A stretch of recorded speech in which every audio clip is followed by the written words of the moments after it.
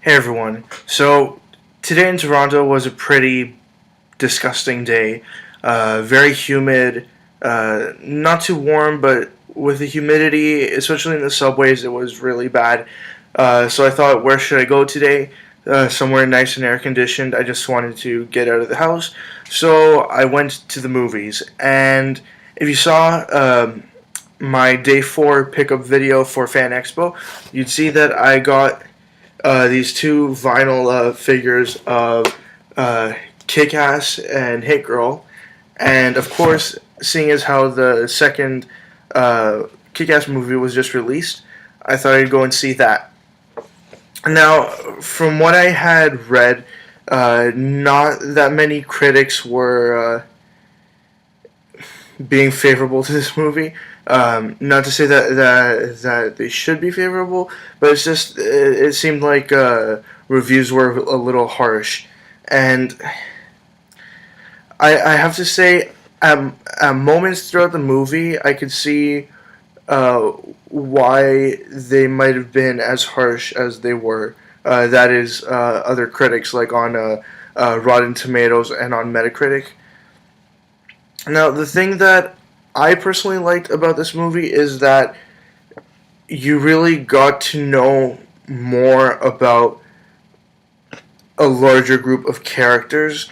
There was the other people that were part of this justice association. I forget what they were called, but the group of superheroes. They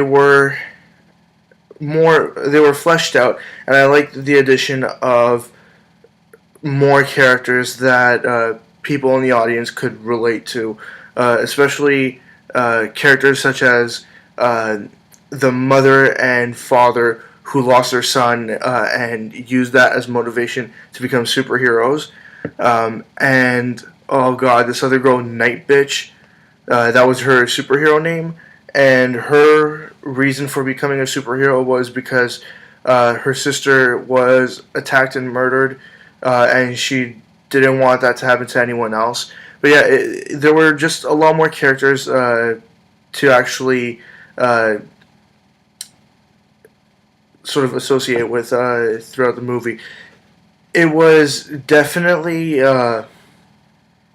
more bloody and gory than the first installment, but there was less up close graphic violence. It was more further away. But then again, in the first movie, a guy was killed by being microwaved.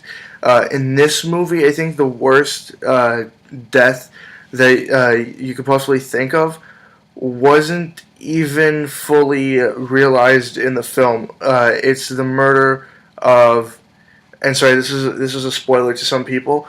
It's the murder of Jim Carrey's character. He gets decapitated, but they don't actually show that happening in the movie. They just allude to it, and I felt like that was kind of a tame move.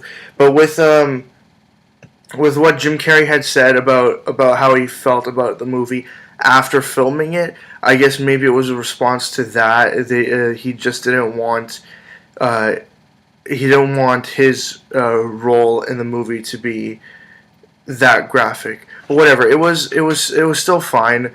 The story overall was kind of lacking. It was more centered around Hit Girl than Kick Ass.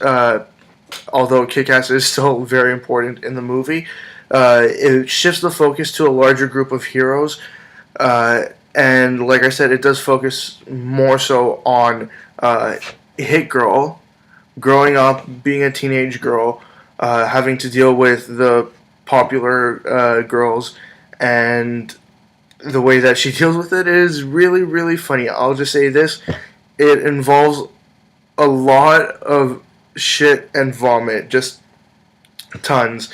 So if you have a weak stomach, I don't suggest that you watch this movie because it happens a couple times that there's a lot of violent excretions.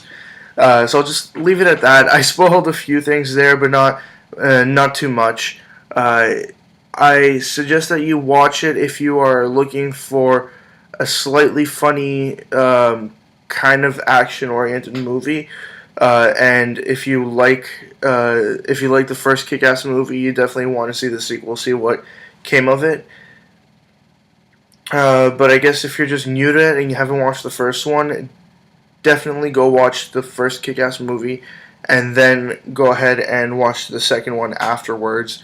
And that's about all I have to say. And well, I've gotten to over 5.5 minutes now, so I'll just end it here. Bye.